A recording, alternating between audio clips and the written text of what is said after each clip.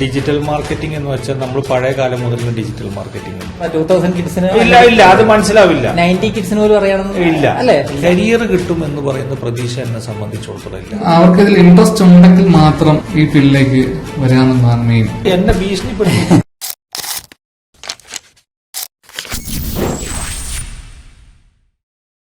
ആർസമിന്റെ പുതിയൊരു ഇനിഷ്യേറ്റീവ് ആണ് course of Miya. So ഇത് നമ്മുടെ ഫസ്റ്റ് പോഡ്കാസ്റ്റ് ആണ്. നമ്മളോടൊപ്പം കാർത്തിക് സാർ ഉണ്ട്, കോണ്ടന്റ് സ്ട്രാറ്റജിസ്റ്റ് ആണ്. പിന്നെ Abdul Latheef sir growth marketer ആണ്. പിന്നെ നമ്മുടെ ഫൗണ്ടർ സാറാണ്. സാറേ, നമുക്കിപ്പോൾ ഡിജിറ്റൽ മാർക്കറ്റിംഗ് എന്ന് ഉദ്ദേശിക്കുന്ന ആൾക്കാർ പലർക്കും പലതാണ് ഉദ്ദേശിക്കുന്നത്. എന്താണ് സത്യത്തിൽ ഡിജിറ്റൽ മാർക്കറ്റിംഗ്? നമ്മളെല്ലാ സ്ഥലത്തും സംസാരിക്കുന്ന ഒരു വിഷയമാണത്. ശരിക്ക് പറയുകയാണെങ്കിൽ മാർക്കറ്റിംഗ് എന്ന് പറയുന്ന വസ്തുത കൊണ്ട് നമ്മൾ ഉദ്ദേശിക്കുന്നത് എന്താ വെച്ചാൽ കൺസ്യൂമറുടെ മൈൻഡിലേക്ക് നമ്മളെങ്ങനെ കയറും എന്നുള്ളതാണ്. കൺസ്യൂമറുടെ മൈൻഡ് സെറ്റിൽ നമ്മൾ പറയുന്ന ഒരു തോട്ടിനെ എങ്ങനെ ഇംബൈബ് ചെയ്യാൻ പറ്റും, അല്ലെങ്കിൽ എങ്ങനെ അതിനെ പൊസിഷൻ ചെയ്യാൻ പറ്റും എന്നുള്ളതാണ് ശരിക്കും മാർക്കറ്റിംഗ് കൊണ്ട് ഉദ്ദേശിക്കുന്നത്. അപ്പം ഞാനൊക്കെ മനസ്സിലാക്കിയിട്ടുള്ളത് നമ്മൾ ഫ്ലെക്സ് അല്ല, നമ്മൾ ടെലിവിഷൻ, റേഡിയോ ഇതുപോലത്തെ മാധ്യമങ്ങൾ നമുക്ക് കാണാനും ഫീൽ ചെയ്യാനും പറ്റാത്ത ആൾക്കാരുടെ അടുത്തേക്ക് നമ്മളെ ഇൻഫോർമേഷൻ എത്തിക്കുകയാണ്. ആ കാലഘട്ടം മുതലേ നമുക്ക് ഡിജിറ്റൽ ഉണ്ട്. പക്ഷെ അവിടെയുള്ള ഒരു ന്യൂനത എന്ന് പറഞ്ഞത് കൃത്യമായിട്ട് പറയണമെങ്കിൽ അവിടെ മെഷർ ചെയ്യാനുള്ള ഓപ്ഷൻ കുറവാണ്. ഓക്കെ, ഇപ്പോൾ കാർത്തിക് സാർ ടെലിവിഷനിൽ വർക്ക് ചെയ്ത ആളാണെന്ന് പറഞ്ഞു. അപ്പോൾ അവിടെ അതിന് ചില മാധ്യമങ്ങളുണ്ട്. എൻ്റെ പരിമിതമായ നോളജിൽ ചില മാധ്യമങ്ങൾ അതിനുണ്ട് മെഷർ ചെയ്യാൻ. പക്ഷെ ആ നോളജ് ആ മാധ്യമങ്ങളുടെ സ്കോപ്പ് വളരെ ചെറുതാണ്. നമ്മൾ ഇപ്പോഴത്തെ കാലഘട്ടം വന്നു കഴിഞ്ഞാൽ ഇപ്പോഴത്തെ കാലഘട്ടത്തിൽ നമുക്കത് മെഷർ ചെയ്യാനും അനലൈസ് ചെയ്യാനും ഏറ്റവും വലിയ അഡ്വാൻറ്റേജ് എന്ന് പറഞ്ഞാൽ ഹൈപ്പർ പേഴ്സണലൈസേഷൻ. അതായത് ഓരോ വ്യക്തികൾക്കും അവർക്ക് വേണ്ടിയ രൂപത്തിലേക്ക് ഈ സാധനത്തിനെ നമുക്ക് സെൻഡ് ചെയ്ത് കൊടുക്കാൻ അല്ലെങ്കിൽ നമുക്ക് അയച്ചു കൊടുക്കാൻ ഇന്ന് അതിനുള്ളൊരു സാധ്യത ഉണ്ട്. അപ്പോൾ ഡിജിറ്റൽ മാർക്കറ്റിംഗ് എന്താണെന്ന് ചോദിച്ചാൽ ഞാൻ പറയുക ഡാറ്റ ഭരിച്ചുകൊണ്ടുള്ള ഒരു മാർക്കറ്റിംഗ് പരിപാടി ഇപ്പോഴത്തെ കാലഘട്ടത്തിൽ. ഇനിയിപ്പോൾ കാർത്തിക് സാർ പറയട്ടെ എന്താണെന്നുള്ളത്. ഞാൻ ആക്ച്വലി ഇതിന് വേറൊരു രീതിയിൽ ആണ് കാണുന്നത്. കാണുന്നത് വെച്ചാൽ നമ്മളെല്ലാവരും നമുക്ക് പറയാനുള്ള കാര്യങ്ങൾ പണ്ട് മുതലേ പറയും. പഴയ ഒരു സംഭവത്തിൽ ഞാൻ തുടങ്ങാം. ഈ നമ്മൾ അരിസ്റ്റോട്ടിലാണ് ശരിക്കും പറഞ്ഞാൽ കമ്മ്യൂണിക്കേഷൻ ആദ്യമായിട്ട് ഡിഫൈൻ ചെയ്യുന്നത്. ഒരു സോഴ്സ് ഒരു മെസ്സേജിനെ റിസീവറിലേക്ക് പാസ് ചെയ്യുന്നു. അയാൾ അന്നൊരു മോഡൽ ഉണ്ടാക്കി, അതിന് SMR എന്ന് പറഞ്ഞിട്ട്. ഒരു സോഴ്സിന് പറയാനുള്ള കാര്യം, ഒരു മെസ്സേജ്, അതൊരു റിസീവറിലേക്ക് എത്തുന്നു. അപ്പോൾ രണ്ടാൾ വേണം എന്തായാലും, പറയാനുള്ള ആളും കേൾക്കാനുള്ള ആളും. ഇത് പിന്നീട് അങ്ങോട്ട് പല കമ്മ്യൂണിക്കേഷൻ സയന്റിസ്റ്റ് ഒക്കെ വന്നിട്ട് ഇതിനെ ഡെവലപ്പ് ചെയ്ത് സോഴ്സിനെ പല ചാനലുകൾ ബേസ് അതാണ് പല ചാനലുകളിലൂടെ ആളുകളിലേക്ക് എത്തുന്നു. പിന്നെ അതിന്റെ ഫീഡ്ബാക്ക് എടുക്കുന്നു. ഈ ഫീഡ്ബാക്ക് എടുക്കുന്നത് പിന്നീട് ഒരു വലിയൊരു സംഭവമായിട്ട് വന്നിട്ടുണ്ട്. അത് ശരിക്കും പറഞ്ഞാൽ കമ്മ്യൂണിക്കേഷനിൽ ഒരു റവല്യൂഷൻ തന്നെയായിരുന്നു. ഈ ഫീഡ്ബാക്ക് അറിയാം, ആദ്യകാലത്ത് അതൊരു ഡെഫിനിഷനായിട്ട് വന്നിട്ടുണ്ടായിരുന്നു.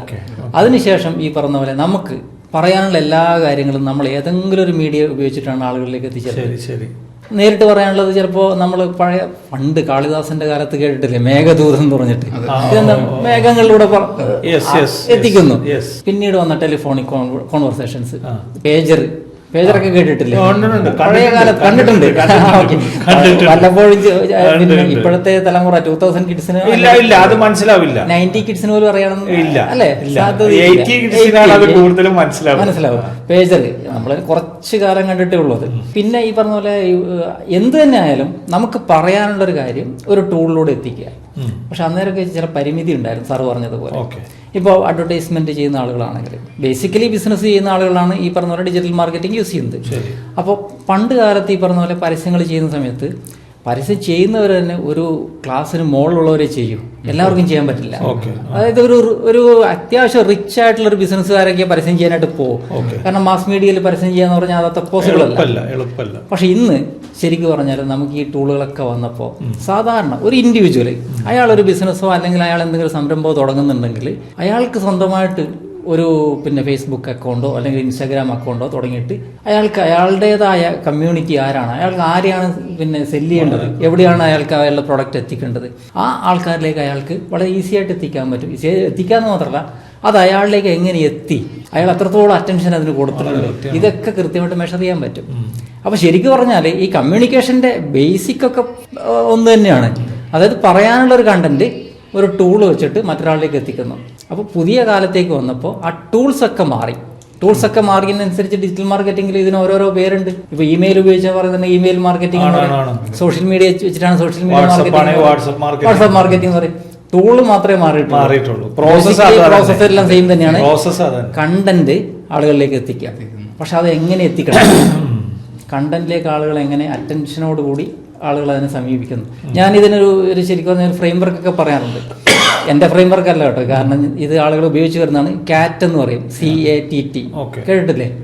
Content, attention, trust, transaction. ഈ ഒരു 4 സ്റ്റേജുകളിലൂടെയാണ് ആളുകൾ എപ്പോഴും ഈ ഡിജിറ്റൽ മാർക്കറ്റിംഗ് കടന്നു പോകുന്നത്. അറ്റൻഷൻ, ട്രാൻസാക്ഷൻ എന്ന് പറഞ്ഞ ആ ഒരു പോയിന്റ്. ഈ കണ്ടന്റ് ആദ്യം കണ്ടന്റ് ഉണ്ടാക്കുന്നു. ഇപ്പൊ നമുക്ക് ഒരാളൊരു കാര്യം പറയണം, അത് എങ്ങനെ പറയണം? നമ്മളുടെ ഓഡിയൻസിന്റെ പിന്നെ ഒരു പെയിൻ പോയിന്റ് ആണെന്ന് വിചാരിച്ചു, എങ്ങനെ പറഞ്ഞാൽ അയാൾ അത് ശ്രദ്ധിക്കും? ശരിക്കും ഒരു എക്സാമ്പിൾ പറഞ്ഞാൽ, നമുക്ക് ഒരാളെ ഇഷ്ടമാണ്, ഒരു പെൺകുട്ടി എന്നിരിക്കാം. ആ കുട്ടി എന്ത് പറഞ്ഞാലും കേൾക്കും. എങ്ങനെ കൺവിൻസ് ചെയ്യും? അപ്പോൾ ആ കുട്ടിയുടെ ഇഷ്ടങ്ങളൊക്കെ നമ്മൾ നോക്കും. അപ്പോൾ അവൾ സാധാരണ എന്തൊക്കെ കാര്യങ്ങളാണ് അവൾ പിന്നെ വായിക്കാറുള്ളത് അല്ലെങ്കിൽ കേൾക്കാറുള്ളത്, ഏതിനോടൊക്കെ അവൾക്ക് ഇഷ്ടം, ഇതൊക്കെ നമ്മൾ നോക്കും. അപ്പോൾ അവളോട് എന്ത് ചെയ്യും? നമ്മൾ ആ രീതിയിൽ മ്യൂസിക് ഇഷ്ടമുള്ള ആളാണെങ്കിൽ ഒരു പാട്ടിൻ്റെയൊക്കെ ഒരു ബാക്ക്ഗ്രൗണ്ട് പിടിച്ച് നമ്മൾ ചിലപ്പോൾ സംസാരം തുടങ്ങിയെന്ന് വരും. പിന്നെ ഉള്ളതെന്ന് വെച്ചാൽ അവരുടെ അറ്റൻഷൻ, ഇതിനോട് അവരെങ്ങനെയാണ് ഈ പറഞ്ഞ പോലെ പ്രതികരിച്ചത്. അപ്പോൾ ആദ്യം തന്നെ നമ്മളിതൊന്നും പറഞ്ഞു കഴിഞ്ഞാൽ എസ് കിട്ടണമെന്നില്ല. അപ്പോൾ നമ്മൾ എന്ത് ചെയ്യും? അവരുടെ അറ്റൻഷൻ പിടിച്ചു പറ്റാൻ വേണ്ടിയിട്ട് നമ്മൾ വീണ്ടും കുറച്ച് കാര്യങ്ങളൊക്കെ, അവർ പഴയ സലീം കുമാറിൻ്റെ പാട്ട് പോലെ, കോളേജിൽ മൈതാനത്ത് ഞാൻ പോയി കാത്തുനിൽക്കുന്നൊക്കെ പറഞ്ഞിട്ടുള്ള പാട്ടില്ലേ, അതുപോലെ നമ്മൾ അവിടെയൊക്കെ പോയിട്ട് നിൽക്കുന്ന സമയത്ത് അറ്റൻഷൻ കിട്ടും. കുറച്ച് അറ്റൻഷനൊക്കെ കിട്ടുമ്പോൾ നമുക്കറിയാം ഇതെങ്ങനെ എങ്ങോട്ടാണ് ഈ റൂട്ട് പോകുന്നത്. എസ് ഓർ നോ ആണോ എന്ന് പറയുമ്പോൾ നമ്മൾ ചിലപ്പോൾ മതിയാക്കി പോകും. പക്ഷേ കുറച്ച് കഴിഞ്ഞിട്ട് ഇതൊന്നും പോരാ. ഒരു പ്രോഡക്റ്റ് വാങ്ങണമെന്നുണ്ടെങ്കിൽ നമുക്ക് അത് ആൾക്കാർ നമ്മുടെ അടുത്തേക്ക് വന്നാൽ മാത്രം പോരാ, ആ പ്രോഡക്റ്റിൽ അറ്റൻഷൻ കിട്ടിയാൽ മാത്രം പോരാ, നമ്മളൊരു വിശ്വാസം വേണം. ഇപ്പൊ നേരത്തെ പറഞ്ഞ ഈ പെൺകുട്ടിയുടെ കേസിലാണെങ്കിൽ അല്ലെങ്കിൽ പ്രണയത്തിന്റെ കേസിലാണെങ്കിൽ അറ്റ്ലീസ്റ്റ് ഒരു കഫേയിൽ നമ്മളൊരു ഫുഡ് കഴിക്കാൻ പോയാൽ പൈസ കൊടുക്കാതെ മുങ്ങാത്തവനെങ്കിലായിരിക്കണം, അല്ലേ? എന്നാൽ മാത്രമേ ഒരു ട്രസ്റ്റ് ഉണ്ടാവും. ആ ട്രസ്റ്റ് നമുക്ക് ഈ പ്രോഡക്റ്റിനോടോ അല്ലെങ്കിൽ സർവീസിനോടും വേണം. അങ്ങനെ ഈ ഒരു ട്രസ്റ്റ് ഉണ്ടാക്കിയെടുക്കുക എന്നുള്ളതാണ് ഇതിൻ്റെ നെക്സ്റ്റ് സ്റ്റേജ് എന്ന് പറയുന്നത്. ഈ സ്റ്റേജിലൂടെ കടന്നു പോയി കഴിഞ്ഞാൽ പിന്നെ നമുക്ക് ഈ പറഞ്ഞൊരു ട്രാൻസാക്ഷൻ സ്റ്റേജ് ഉണ്ട്. ആ സമയത്ത് പല കാര്യങ്ങൾ ഈ കസ്റ്റമേഴ്സ് ശ്രദ്ധിക്കും. ഈവൻ നമ്മൾ പോലും ശ്രദ്ധിക്കും. നമ്മൾ ഒരു സുഹൃത്തിനെ നമ്മൾ സെലക്ട് ചെയ്യുന്ന സമയത്ത് പോലും നമ്മൾ ശ്രദ്ധിക്കും, ഇവൻ കൊള്ളാമോ, ഇവനെ സുഹൃത്തായി കഴിഞ്ഞാൽ എനിക്ക് എന്തെങ്കിലുമൊക്കെ ജീവിതത്തിൽ പ്രശ്നങ്ങളുണ്ടാവുമോ? അല്ലെങ്കിൽ ഒരാളെ കല്യാണം കഴിക്കാൻ പോകുന്ന സമയത്ത്, കല്യാണം കഴിച്ചു കഴിഞ്ഞാൽ എനിക്ക് എന്തെങ്കിലും ബുദ്ധിമുട്ടാവും, ലോങ് ടേം ഡീലല്ലേ, എന്തെല്ലാം കാര്യങ്ങൾ നോക്കണം. ആ സമയത്തായിരിക്കും നമ്മുടെ ലൈഫിലേക്ക് വലിയൊരു ഓഫർ വെക്കുന്നത്, അല്ല നമുക്ക് ഇഷ്ടമുള്ള കാര്യങ്ങളൊക്കെ മനസ്സിലാക്കിയിട്ട് ഒരു ഓഫർ വെക്കുന്നത്. നമ്മളിപ്പോൾ പറയുന്നു കല്യാണം കഴിച്ചു കഴിഞ്ഞാൽ നിന്നെ UK കൊണ്ടുപോവാം എന്ന് പറയുമ്പോൾ ഈ ഓഫർ നമുക്ക് വർക്കൗട്ട് ആവുകയാണെങ്കിൽ അവിടെ ട്രാൻസാക്ഷൻ നടന്നു കഴിഞ്ഞു. ഈ ഒരു സാധനം ഡിജിറ്റൽ മാർക്കറ്റിംഗിലും ഉണ്ട്. ഈ ഒരു ബേസ്, ഈ ഒരു ഫ്രെയിം വർക്ക് തോന്നിയിട്ടില്ലേ സാറിന്? ഉണ്ട്. അത് വളരെ കൃത്യമാണ്. കാരണം എന്താ വെച്ചാല് നമ്മള് ഇപ്പൊ ഇദ്ദേഹം പറഞ്ഞ കമ്മ്യൂണിക്കേഷനിലെ 3 ഭാഗം, അറ്റൻഷൻ, ട്രസ്റ്റ്, രണ്ടാമത് പറഞ്ഞ ട്രാൻസാക്ഷൻ. ഇപ്പോ നമ്മൾ ഡിജിറ്റൽ മാധ്യമത്തിൽ ഇപ്പൊ നമ്മൾ ഈ പോഡ്കാസ്റ്റ് കൊണ്ടൊക്കെ ഉദ്ദേശിക്കുന്നത് എന്താ വെച്ചാൽ ഈ ട്രസ്റ്റ് എന്ന് പറയുന്ന ഒരു ഫാക്ടറിനെ നമുക്ക് എങ്ങനെ ക്രിയേറ്റ് ചെയ്തെടുക്കാം. ട്രസ്റ്റ് എന്ന് പറയുന്നത് ഇപ്പൊ കല്യാൺ ജുവല്ലേഴ്സ് പറഞ്ഞൊരു വാചകല്ലേ, അവർ പറഞ്ഞ കോപ്പി എന്താ ഏറ്റവും ഫേമസ് ആയ കോപ്പിയാണ്. വിശ്വാസം അതല്ലേ എല്ലാം. വിശ്വാസം എന്ന് പറയുന്ന ഒരു വസ്തുത ഉണ്ടാക്കിയെടുക്കുക എന്ന് വെച്ചാൽ ഈ പറഞ്ഞ പോലെ ലോങ് ടേം കമ്മിറ്റ്മെന്റിനെക്കാട്ടിയും കൂടുതൽ ലോങ് ടേമിൽ നമ്മൾ ആ കസ്റ്റമർക്ക് വാല്യൂ കൊടുക്കാൻ തയ്യാറാണെന്നുള്ള ടെൻഡൻസിയാണ് കസ്റ്റമറെ നമ്മൾ പഠിപ്പിക്കുന്നത്.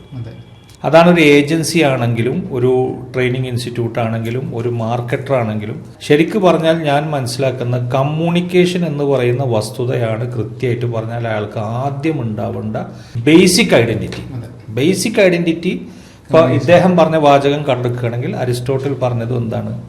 ആ കമ്മ്യൂണിക്കേഷനാണ്. എങ്ങനെ എൻ്റെ ആശയത്തെ നിങ്ങളുടെ മനസ്സിലേക്ക് ട്രാൻസാക്ഷൻ ചെയ്യാനുള്ള ഒരു മാധ്യമമായി എടുക്കാം. അത് കഴിഞ്ഞ് ഇദ്ദേഹം പറഞ്ഞ വാചകം എടുക്കുകയാണെങ്കിൽ അവിടെ എങ്ങനെ നമുക്ക് അതിൻ്റെ റിസൾട്ട് കിട്ടും. ഓക്കെ, ആ അനാലിസിസ് നമുക്ക് എങ്ങനെ നടത്തും. ഇന്ന് നമ്മളുടെ ഒരു വലിയൊരു പ്രശ്നമായിട്ട് എനിക്ക് തോന്നുന്നത്, അദ്ദേഹം സാറ് പറഞ്ഞ ഒരു പോയിന്റ് വളരെ കൃത്യമാണ്. അതായത് നമുക്കതിൻ്റെ ഫ്രെയിം വർക്കൊക്കെ ഉണ്ട്, എല്ലാത്തിനും പ്രോസസ്സ് പഴയത് തന്നെ. പക്ഷെ ഇന്നുള്ള ഞാൻ മനസ്സിലാക്കുന്ന ഒരു പ്രോബ്ലം എന്താ വെച്ചാൽ ഇന്ന് ഇൻഫോർമേഷനും കണ്ടന്റും ഓവർലോഡാണ്. സാച്ചുറേറ്റഡ് ആണ്. ഓവർലോഡും ആണ്, സാച്ചുറേറ്റഡ് ആണ്. കറക്റ്റ് വാക്ക് സാച്ചുറേറ്റഡ് ആണ്. ഇവിടെ നമുക്ക് ഇൻസൈറ്റ് കിട്ടാനുള്ള കണ്ടന്റുകൾ കുറവാണ്. ഈ സാച്ചുറേറ്റഡ് ആവുമ്പോൾ ഒരു പ്രോബ്ലം ഞാൻ എൻ്റെ പേഴ്സ്പെക്റ്റീവിൽ പറയുകയാണെങ്കിൽ, നിങ്ങൾ രണ്ടാളും അതിനോട് യോജിക്കുമെന്ന് ഞാൻ വിശ്വസിക്കുന്നു. ഈ സാച്ചുറേഷൻ വരുന്ന സമയത്ത് കണ്ടന്റിനെ നിന്ന് നമുക്ക് ഇൻസൈറ്റിനെ എക്സ്ട്രാക്ട് ചെയ്തെടുക്കാൻ വലിയ ബുദ്ധിമുട്ടാണ്. ഈ എക്സ്ട്രാ വേറൊരു ഇത് പിന്നെ പറയും സീ ഓഫ് സെയിംനെസ്, ആ ആ എല്ലാം ഒരുപോലെ ഇരിക്കും. അത് ഭയങ്കര വാചകമാണ്. ഒരേ കട അതല്ല ഇപ്പൊ നടന്നുകൊണ്ടിരിക്കുന്നത്. ഇപ്പൊ നമ്മൾ ഒരു കസ്റ്റമറിന്റെ ആഡ് കാണുന്നു, മറ്റേ കസ്റ്റമർ ആഡ് കാണുന്നു, എല്ലാവരും നോക്കിയാൽ സീ ഓഫ് സെയിംനെസ് ഉണ്ട്. ഇവിടെ നമ്മളെ എങ്ങനെ ഒരു യുണീക്ക് പേഴ്സ്പെക്റ്റീവ് അല്ലെങ്കിൽ ഒരു യുണീക്ക് വാല്യൂ നമുക്ക് ഇംബൈബ് ചെയ്ത് കൊടുക്കാൻ പറ്റും എന്നുള്ളതാണ് നമ്മൾ stand out from the rest. ഇന്ന് പ്ലാറ്റ്ഫോം എല്ലാവർക്കും ഒന്നാണ് അല്ലേ? ഇപ്പൊ ഇദ്ദേഹം പറഞ്ഞതുപോലെ എല്ലാവർക്കും മാധ്യമവും പ്രോട്ടോക്കോളും പ്ലാറ്റ്ഫോമും ഒന്നാണ്. പക്ഷെ നമ്മളെങ്ങനെ സ്റ്റാൻഡ് ഔട്ട് ചെയ്ത് നിൽക്കുന്നു പറഞ്ഞതാണ് ശരിക്കും പറഞ്ഞാൽ ഈ ഒരു എക്കോസിസ്റ്റത്തിൽ നമ്മളെ ഐഡന്റിഫൈ ചെയ്യാൻ ഏറ്റവും എളുപ്പം. അപ്പം അത് വളരെ ഇമ്പോർട്ടൻ്റ് ആയ ഒരു കാര്യമാണ്. കാരണം സാച്ചുറേഷൻ എന്ന് പറയുന്ന വാക്കിൻ്റെ ഏറ്റവും വലിയൊരു മൈനസ് ഞാൻ മനസ്സിലാക്കുന്നത് എന്താണെന്ന് വെച്ചാൽ, ഇപ്പോൾ നമ്മൾ ഒരു പുതിയ തോട്ടായിട്ട് ഇറങ്ങുമ്പോൾ, ആ തോട്ടായിട്ട് ഇറങ്ങുമ്പോൾ പോലൊരു ചലഞ്ചാണ്. ഇത് അക്സെപ്റ്റ് ചെയ്യപ്പെടുമോ, ഇത് ട്രെൻഡിനനുസരിച്ചിട്ടാണോ? ഇപ്പോൾ ഇൻസ്റ്റാഗ്രാം ആൽഗോരിതം പറഞ്ഞപ്പോൾ അവരെന്താ പറഞ്ഞ്, ആൽഗോരിതം ഇൻസ്റ്റാഗ്രാമിൻ്റെ തന്നെ ഫൗണ്ടർ CEO പറഞ്ഞൊരു വാക്കുണ്ട്, we are more focused on right now to content who is being most shared.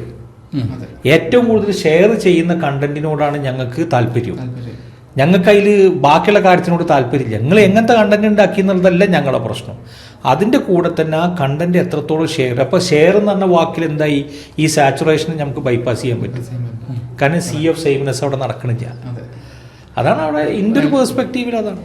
അതിനകത്ത് വേറെ ഒരു കാര്യം, ഈ ഷെയർ എന്നൊക്കെ പറയുമ്പോൾ ഈ അൽഗോരിതത്തിൻ്റെ കാര്യം പറയുമ്പോൾ ഉണ്ടല്ലോ, ഈ ഇൻസ്റ്റാഗ്രാമിൻ്റെ ആയാലും ഗൂഗിളിൻ്റെ ആയാലും ഒന്നിൻ്റെ അൽഗോരിതത്തിന് അല്ലെങ്കിൽ ഈ പറഞ്ഞ പോലെ ഇത്തരം പിന്നെ ഇതിന് ഒന്നിനും ഈ കണ്ടന്റ് കൃത്യമായിട്ട് വായിച്ചിട്ടോ അല്ലെങ്കിൽ ഇതിനെ കൃത്യമായി കൺസ്യൂം ചെയ്തിട്ടോ അനലൈസ് ചെയ്തിട്ടോ ഉള്ളൊരു കഴിവില്ല ഈ മെഷീനുകൾക്ക്. മെഷീൻ ലാംഗ്വേജിൽ അങ്ങനെ ഒരു പരിപാടി ഇല്ല. ഇവരൊക്കെ ചെയ്യുന്നത് എന്താണെന്ന് വെച്ചാൽ ഒന്നുകിൽ ഹിസ്റ്റോറിക്കൽ ഡാറ്റ യൂസ് ചെയ്യും, അല്ലെങ്കിൽ ഇന്ററാക്ഷൻസ് യൂസ് ചെയ്യും, അല്ലെങ്കിൽ ഒരു യൂസർ സാറ്റിസ്ഫാക്ഷൻ മോഡൽ ഉണ്ടാവും. അതിനാണ് ഈ പറയുന്ന ഷെയർസ്, പിന്നെ ആളുകൾ എൻഗേജ് ചെയ്യുന്നത്, എത്ര സമയം എൻഗേജ് ചെയ്യുന്നു. നല്ലതാണെങ്കിലാണ് എൻഗേജ് ചെയ്യുക. പക്ഷേ ഇതേ സമയം തന്നെ നെഗറ്റീവ് ആണെങ്കിലും എൻഗേജ്മെന്റ് വരും. പക്ഷെ ആ സമയത്ത് സെന്റിമെന്റ്സ് നോക്കും. വരുന്ന കമന്റ്സിന്റെ സെന്റിമെന്റ്സ് പോസിറ്റീവ് ആണെങ്കിൽ ആ കണ്ടന്റ് നെഗറ്റീവ് അല്ല. അതേസമയം നെഗറ്റീവ് ആണെങ്കിൽ, കമന്റ്സ് എല്ലാം നെഗറ്റീവ് ആണെങ്കിൽ ഈ വരുന്ന കണ്ടന്റ് അത് നെഗറ്റീവായിട്ട് വരും. അപ്പൊ ആ രീതിയിലാണ് ഇത് അൽഗോരിതം മനസ്സിലാക്കുന്നത്. ബേസിക് പ്രിൻസിപ്പിൾ അതാണ്. ഹ്യൂമൻ സൈക്കോളജി ഞാൻ ഇറക്കി കണ്ടിട്ടുണ്ട്. ആദ്യം വരുന്ന കമന്റുകളൊക്കെ പോസിറ്റീവ് ആണെങ്കിൽ പിന്നെ വരുന്ന കമന്റുകളൊക്കെ കുറെ പോസിറ്റീവായി കണ്ടിട്ടുണ്ട്. ഞങ്ങൾ ഊണഴിക്കണം ഡിസ്കസ് ചെയ്തൊരു പോയിന്റാണ്. ആദ്യം അത് PR ഏജൻസികൾ ഇപ്പോ അത് മാനിപ്പുലേറ്റ് ചെയ്യുന്നുണ്ട്. ഒരു കോണ്ടന്റ് അപ്പ് ചെയ്ത് കഴിഞ്ഞു കഴിഞ്ഞാൽ ആദ്യം മാനുവലി അവരുടെ തന്നെ ആൾക്കാർ കുറെ പോസിറ്റീവ് കമന്റ് അങ്ങ് ഇടും. അത് കണ്ടിട്ട് ആൾക്കാർ പിന്നെയും പോസിറ്റീവ് കമന്റ് വരുന്ന ട്രെൻഡ് ഇപ്പൊ കാണാം. അത് ഈ ബിസിനസ്സുകൾക്ക് കണ്ടിട്ടുണ്ടോ? ബിസിനസ്സുകൾ റിവ്യൂ ഒരു ഗൂഗിൾ ബിസിനസ് പ്രൊഫൈൽ തുടങ്ങിയിട്ട് ആദ്യം ഒരു 5 റിവ്യൂ ആ ബിസിനസിനെ കുറിച്ച് മോശം വന്നു കഴിഞ്ഞാൽ വരുന്നവരെല്ലാം ആ ക്രിട്ടിക്കലി ചിന്തിച്ചിട്ട് മോശമായിട്ട് ഇട്ട് തുടങ്ങാൻ തുടങ്ങും.